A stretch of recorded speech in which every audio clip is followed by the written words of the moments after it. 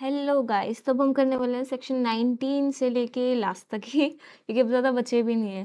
Chapter 5 of the Hindu marriage act 1955। इसमें बात करेंगे कि कौन सी कोर्ट है जिसमें हम अपनी पिटीशन को फाइल करेंगे, प्रेजेंट करेंगे।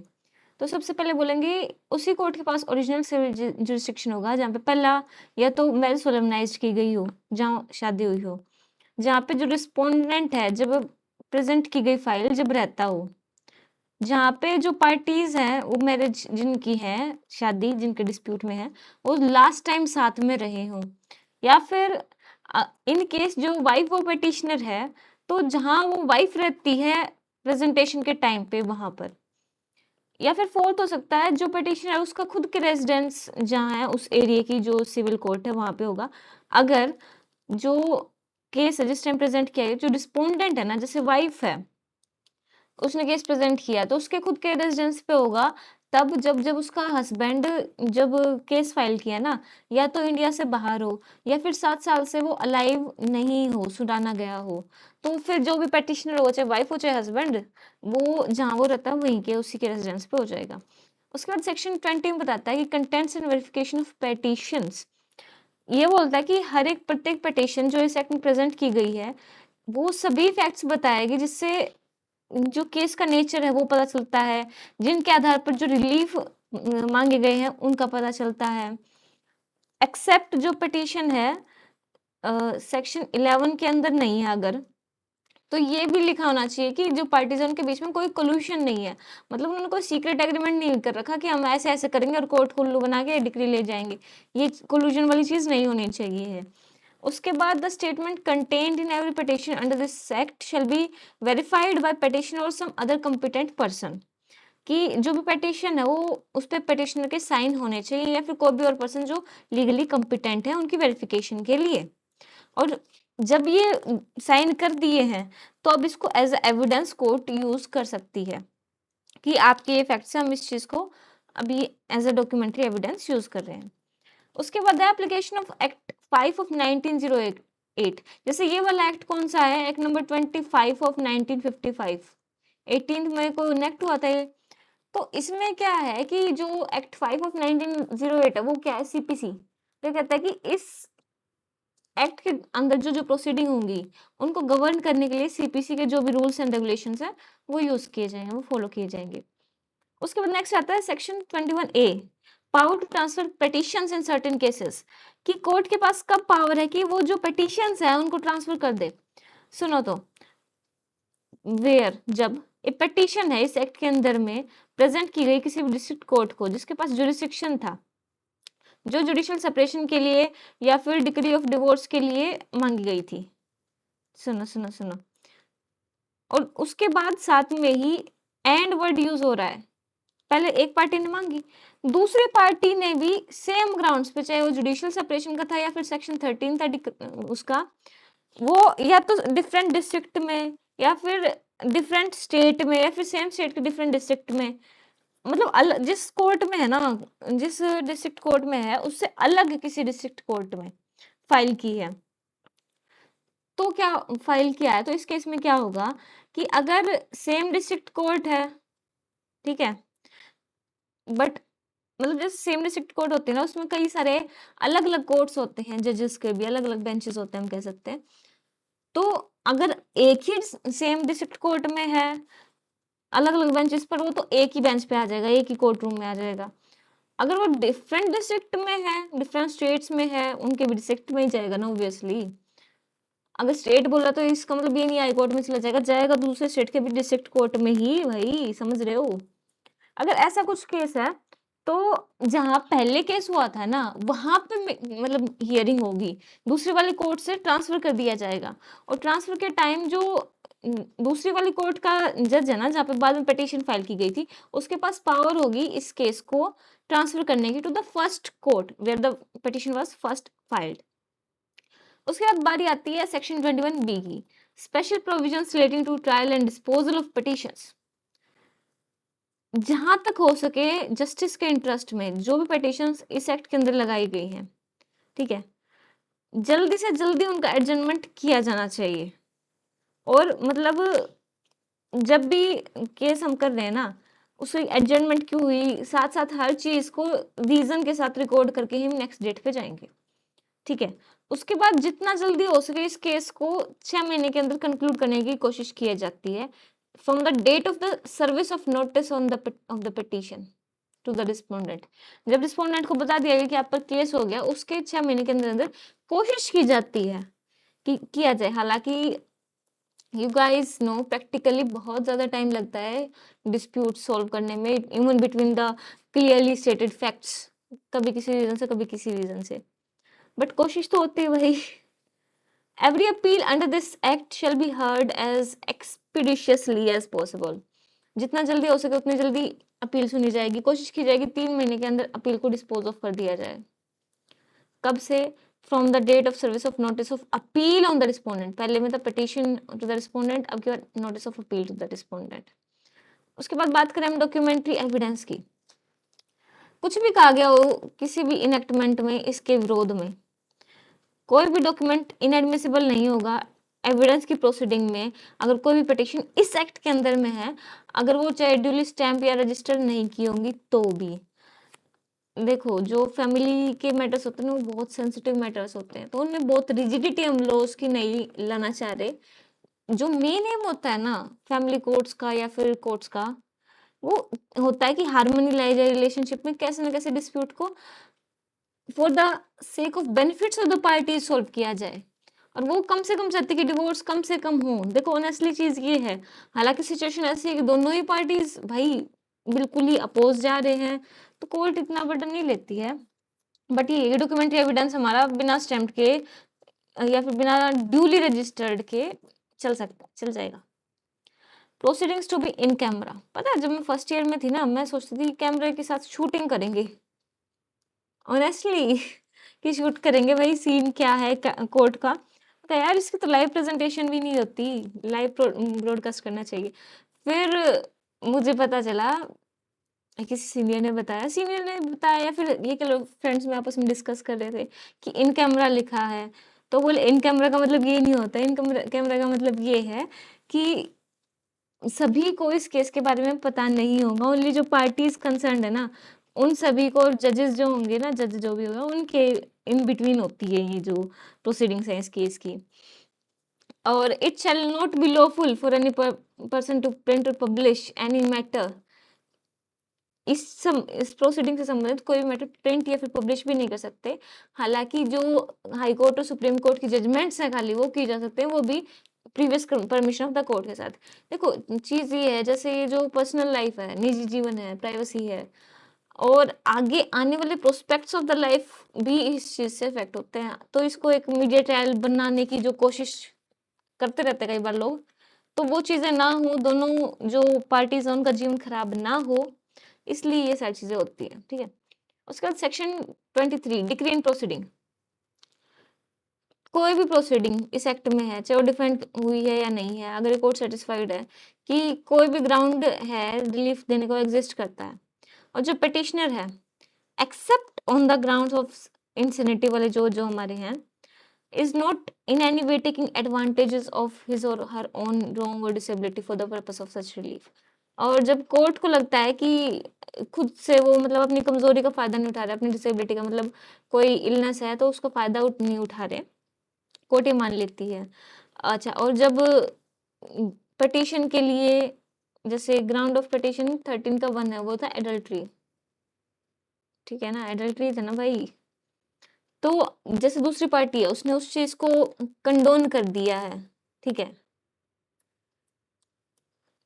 तो मतलब ये चीजें क्लियर होनी चाहिए कि भाई जैसे एक पार्टी है जिसमें हस्बैंड ने चीट कर दिया, एडल्ट्री कर ली, और वाइफ ने थोड़े दिन तो चलो उससे नाराज रही, उसके बाद उसको कंडोन कर दिया कि चल ठीक है कोई बात नहीं, जैसा भी निकम्मा है मेरा पति मेरा देवता है या ठीक है, उसने मान लिया। तो ये सारी चीजें होना कि उसने किसी भी तरीके से कंडोन नहीं किया है, या फिर क्रुएल्टी के लिए है तो उसने क्रुएल्टी को कंडोन नहीं किया है, या फिर जब डिवोर्स सॉर्ट किया on the ground of mutual consent, तो ये जो कंसेंट है वो फ्रॉड, फोर्स या फिर अनडू इन्फ्लुएंस के द्वारा नहीं लिया गया है। और जो पिटीशन है वो प्रेजेंट या प्रोसिक्यूट नहीं की गई है सीक्रेट एग्रीमेंट के द्वारा पार्टीज के बीच में, एक्सेप्शन है वॉइड मैरिजेस वाला पॉइंट सेक्शन 11। अच्छा, there has not been any unnecessary और improper delay in instituting the proceeding. मान लो आपके साथ क्रुएल्टी हो रही थी 10-12 साल पहले और आप केस आज फाइल कर रहे हो, क्यों? व्हाई? तो देखे ना अननेसेसरी, एक उन्होंने रोक के रखा हो इतने टाइम से, कुछ डरा धमका के रखा, कुछ तो हो ना मतलब। उसके बाद there is no other legal ground why relief should not be granted. कोई और कारण नहीं है कानूनी तौर पर कि वो ग्रीफ नहीं देना चाहिए, तो फिर कोर्ट नॉर्मली शैल डिक्री सच रिलीफ अकॉर्डिंगली, कि उन्हें दे देना चाहिए, ठीक है। Before proceeding to any to grant any relief under this act, it shall be duty of the court in the first instance, in every case where it is possible so to do, consistently with the nature and circumstances of the case, to make every endeavor मतलब कोशिश, to bring about reconciliation between the parties। जैसा मैंने अभी 2 minute पहले ही बोला था भाई, 2 minute भी, जब 2 मिनट से ज्यादा हो गए कि पार्टीज के बीच में जहां तक हो सके कोर्ट को कोशिश करनी है कि इनके बीच में समझौता हो जाए, साथ साथ रहने लग जाए। Provided that nothing contained in subsection shall apply to कोई भी प्रोसीडिंग जब रिलीफ मांगा गया है इन प्रोविजन के अंडर में। ये क्या थे? ये तो शायद उसका था, क्रुएल्टी का। ये वाले मेरे को एज इट इज याद नहीं है, ठीक है, रुको देख के आते, चीटिंग मार के आते थोड़ी सी। Let's have some cheating cheating cheating. 13 के सारे ही कवर कर दिए ना इन्होंने 7 तक। Let's check. फर्स्ट, नहीं क्रुएल्टी नहीं है, कन्वर्शन है, कन्वर्शन फर्स्ट। उसके बाद अनसाउंडनेस माइंड, ठीक है, ये तो हो गया। उसके बाद वेंडल डिजीज हो गया, वो हो गया, क्या कहते हैं, रिलीजियस ऑर्डर हो गया, या फिर 7 ईयर्स वाला हो गया, ठीक है, ठीक है, ठीक है, ठीक है, ठीक है। हाँ, हम भी समझ रहे हैं। भाई आर्टिकल, सॉरी आर्टिकल, सेक्शन 13 तो रटना पड़ेगा बिल्कुल ऐसे, अच्छी बात नहीं है, ऐसे याद नहीं हो रही ना चीजें। पर याद वैसे तो चीजें याद है, बट वो एक सीरीज में याद हो तो बेहतर रहती है ना। अच्छा, इनमें से कोई भी चीज इन वाली चीज में नहीं होगी, मतलब ऐसा नहीं है कि वो मर गया, जा चुका है, वो छोड़ छाड़ के किसी और धर्म में चेंज हो गया, तो फिर भी उसको समझा रहे कि कोई नहीं बेटी तू रह जा, धर्म बदल लिया जान दो, ठीक है। मतलब जहाँ आवश्यकता हो ना वहीं पे ये चीजें की जाएगी। For the purpose of adding the court in bringing about such reconciliation, जो कोर्ट है वो एडजर्न कर सकती है प्रोसीडिंग्स को रीजनेबल पीरियड के लिए, पर 15 दिन से ज्यादा नहीं कर सकती। और उस मैटर को किसी पर्सन को जो कोर्ट सोचे कि हाँ ये सही रहेगा पर्सन, उसको कह सकते हैं कि आप रिकंसिलिएशन करो, या फिर जो पार्टीज हैं वो दोनों मिलकर नाम सजेस्ट कर सकते हैं कि ये पर्सन हमारे साथ समझौता करा सकता है, और नहीं कराता तो कोर्ट एक पर्सन को अपॉइंट कर देगी कि आप ऐसे-ऐसे इनसे बात करके देखो, इनको समझाओ और उसके बाद अपनी रिपोर्ट दे दो। उसके बाद in every case where marriage dissolve हुई है डिक्री ऑफ डिवोर्स के द्वारा, तो कोर्ट ना जो पार्टीज हैं उनको फ्री ऑफ कॉस्ट कॉपी देंगी डिक्री ऑफ डिवोर्स की, फ्री में। हालाँकि जो एडवोकेट वो लोग हैं ना, वो तो ले लेते हैं भाई पैसे। वो मतलब पता है क्या रहता है उनका? ये तो लेते हैं कि भाई हमने आपको डिवोर्स की डिक्री कराई है, उसके बाद कॉपी चाहिए ना, कॉपी निकलवाने के, कॉपी कराने के हम पैसे लेंगे, ब्ला, ब्ला, ब्ला, ब्ला। ठीक है, फाइन। उसके बाद article, what I am saying man, section 23 ए की बात करें तो relief for respondent in divorce and other proceeding. इसमें क्या कहता है कि कोई भी प्रोसीडिंग है डिवोर्स की, जुडिशियल सेपरेशन की, या फिर रेस्ट्रिक्शन ऑफ कंजुगल राइट्स चलने लग रही है, एक पर्सन है जिसने केस फाइल किया, उसको हम यहाँ पेटिशन कह रहे हैं, तो रिस्पोंडेंट है जो दूसरी पार्टी, वो खाली अपोज नहीं करेगी जो उसने मांगा। जैसे मान लो मैं कह रही हूँ मुझे 10 रुपए दो, तो दूसरे वाला खाली ये नहीं कहेगा कि मैं तुझे 10 रुपए नहीं दूंगा, नहीं मिलने चाहिए तेरे को। वो क्या ये भी कह सकता है कि भाई मेरे ही तेरी साइड 20 बकाया है, समझ रहे हो? तो वो खुद भी रिलीफ मांग सकता है on ground of petitioners adultery, cruelty, desertion, but वो खुद भी इन एक्ट्स पे उस वो चीज मांग सकता है। और अगर क्या कहते हैं पेटिशनर की एडल्ट्री प्रूव हो गई है तो फिर वो रिलीफ मिल भी जाएगा। मतलब ये नहीं कि उसको अलग से एक केस करना पड़ेगा अब इस चीज के लिए कि वो तो उसने मांगा था, मैं तो अपना अलग से मांगूंगा। नहीं, एक ही में आपका एडजस्ट हो जाएगा, लिटिगेशन फी भी बचेगी ना यार। उसके बाद मेंटेनेंस पेरेंटेलाइट, इस शब्द का मतलब मैं बता देती हूँ, जब तक वो केस पेंडिंग है, during the pendency of the suit, ठीक है। Where in any proceeding under this act it appears to the court कि चाहे हस्बैंड हो चाहे वाइफ हो, उनके पास इंडिपेंडेंट इनकम नहीं है खुद के हिज और हर सपोर्ट के लिए, चाहे वो हस्बैंड हो या वाइफ के लिए, और necessary expense of the proceeding. उसको लगता है कोर्ट को कि नहीं इसके पास पैसा नहीं है, बेचारा मर जाएगा। लाइक मरे तो नहीं गया, ये मैं बोल रही हूँ। तो जो भी एप्लीकेशन है हस्बैंड या वाइफ की, ऑर्डर कर सकते हैं रिस्पोंडेंट को पे करने के लिए पिटिशन को जो एक्सपेंस मंथली एक पर उस पर्सन की मेंटेनेंस के लिए आवश्यक है। ये वैसे जो है ना हमारा सेक्शन 125 सीआरपीसी का या फिर 144 बीएनएसएस का, उसमें भी कवर हो जाती हैं चीजें। बट ठीक है, ये वाला प्रॉपर मैरिज एक्ट के लिए है, वो सारा मतलब बाद में मेंटेनेंस वगैरह ठीक है भाई, ठीक है।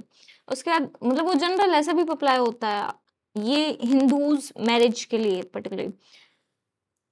Provided the application for the payment of expenses of the proceeding and such monthly sum during the proceeding shall, as far as possible, be disposed of within 60 days from the day, मतलब जब ये husband पे वो किया है तो application है ना वो 60 दिन के अंदर अंदर डिस्पोज कर दी जाएगी, फेवर में हो चाहे अगेंस्ट में, रिजेक्ट करें चाहे एक्सेप्ट करें, 60 दिन के अंदर अंदर बता देंगे कि हम तेरे को पैसे दिलवा रहे हैं या नहीं दिलवा रहे, मतलब तुझे मेंटेनेंस मिलेगा या नहीं मिलेगा एक तरीके से। परमानेंट एलिमनी एंड मेंटेनेंस, कोई भी कोर्ट जो एक्सरसाइज करे जुरिस्डिक्शन, जब वो डिग्री पास कर रही है या फिर कभी भी उसके बाद भी हो सकता है कि जब ये फाइल किया जाए चाहे हस्बैंड या वाइफ के द्वारा, वो ऑर्डर कर सकते हैं रिस्पोंडेंट को कि मेंटेनेंस दिया जाए, चाहे हस्बैंड को दे चाहे वाइफ को दे, और सपोर्ट दे ऐसा सम या फिर मंथली या फिर पीरियडिकल सम जो जब तक जीवित है ना जो रिस्पोंडेंट, जब तक वो देता रहेगा। ठीक है, और ये चीज़ कैसे डिसाइड होंगी, जो भी इनकम है पार्टीज़ की, जो भी कंडक्ट है पार्टीज़ का, या फिर जो केस के हैं, मतलब नेचर ऑफ द केस की बैकग्राउंड ऑफ द पार्टीज़, इन सारी चीज़ों से डिपेंड करेगा कि कितना चार्ज होना चाहिए। या फिर ऐसा भी हो सकता है कि जो रिस्पोंडेंट है उसकी प्रॉपर्टी पर चार्ज लगा दे कि इसमें से ये इनकम, इस प्रॉपर्टी में से ये इनकम जो पिटिशनर है उसको मिलती रहेगी। If the court is satisfied that there is a change in the circumstance of either party at any time after he has, अगर उसको लगे कि कुछ भी चेंज है पार्टीज के सिचुएशंस में, तो उसको बढ़ा सकती है, घटा सकती है, मॉडिफाई कर सकती है, चेंज कर सकती है, रिजाइन भी कर सकती है। रिजाइन मतलब खत्म भी कर सकती है, कैंसल। और कोर्ट सेटिस्फाई हो रखे कि जिसके फेवर में हमने क्या कहते हैं डिसीजन दिया था कि इसको हमें दिलाने हैं पैसे, अगर वो वाइफ है तो वो अब चेस्ट नहीं रही है, मतलब एक तरीके से कह लो कि पवित्र नहीं रही है, कि जैसे उसने out of the wedlock sexual intercourse करा है, सेम फॉर द हस्बैंड है। ठीक है, तो कोर्ट उस चीज को वो कर देगी, क्या कहते हैं रिजाइन कर देगी। या फिर वाइफ है उसने शादी कर ली दूसरी, तो फिर पहले वाले से मेंटेनेंस मिलना बंद हो जाएगा। उसके बाद कस्टडी ऑफ चिल्ड्रन, बच्चों का क्या होगा, तो इसमें क्या है कि इन any proceeding under this act जो कोर्ट है वो टाइम टू टाइम पास करेगा ऐसे इंटरिम ऑर्डर्स और ऐसे प्रोविजंस बनाएगा, डिक्री में लिख के देगा, मतलब बकायदा कि कस्टडी के लिए क्या चीज बेहतर रहेगी बच्चों की कस्टडी के लिए, कि उनका मेंटेनेंस, एजुकेशन, उनकी विशेस के अकॉर्डिंग में, और जहाँ भी पॉसिबल हो सके ना टाइम टू टाइम, मतलब सब कुछ सही चल रहा है या नहीं चल रहा है। ठीक है, with respect to the custody maintenance and education of such children, मतलब कस्टडी किसके पास होगी, कस्टडी है तो उसको मेंटेन करने के पैसे कौन देगा, पैसे के साथ साथ एजुकेशन के पैसे कौन देगा। ठीक है, might have been made by such decree, उसी डिक्री में लिखा जा सकता है, या फिर इंटरिम डिक्री भी, मतलब इंटरिम ऑर्डर भी जारी किए जा सकते हैं। ठीक है, for obtaining such decree were still pending, मतलब जब हमने फाइल कर रखा कि हमें कस्टडी चाहिए, उसके टाइम तक जब वो केस चल रहा है उसके इंटरिम भी तो हमें रिलीफ चाहिए, और जो कोर्ट है वो टाइम टू टाइम उसको रिवोक, सस्पेंड या फिर चेंज कर सकता है ऑर्डर्स को जो उसने पहले करे हैं। Provided that the application with respect to the maintenance and education of minor children pending the proceeding for obtaining such degree shall as far as possible be disposed of within 60 days from the date of service of notice to the respondent।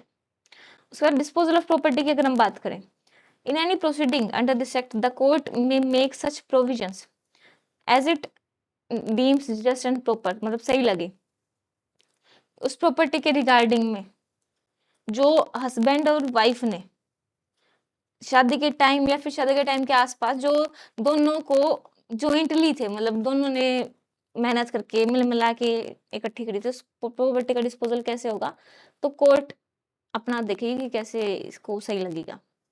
All decree made by the court in any proceeding under this act shall be subject to the provisions of subsection 3 ये be appealable as decrees of the court made in the exercise, मतलब सामान्यतः जो civil court की appeal का जो hierarchy रहती है उसी तरीके से अपील करी जाएगी।